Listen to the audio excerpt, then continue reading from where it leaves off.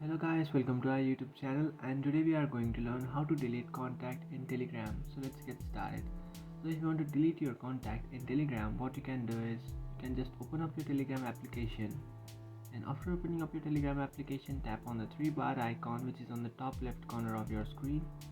After tapping on the three bar icon, now you can tap on contacts, and after tapping on contacts, now you have to select a contact that you would like to delete. After selecting a contact, now you have to tap on their profile. After tapping on their profile, now you have to tap on the three dotted icon which is on the top right corner of your screen. Then you will find delete contact option. So just simply tap on delete contact and then delete the contact that you have selected. And after doing that, here you can see you have successfully deleted your contacts.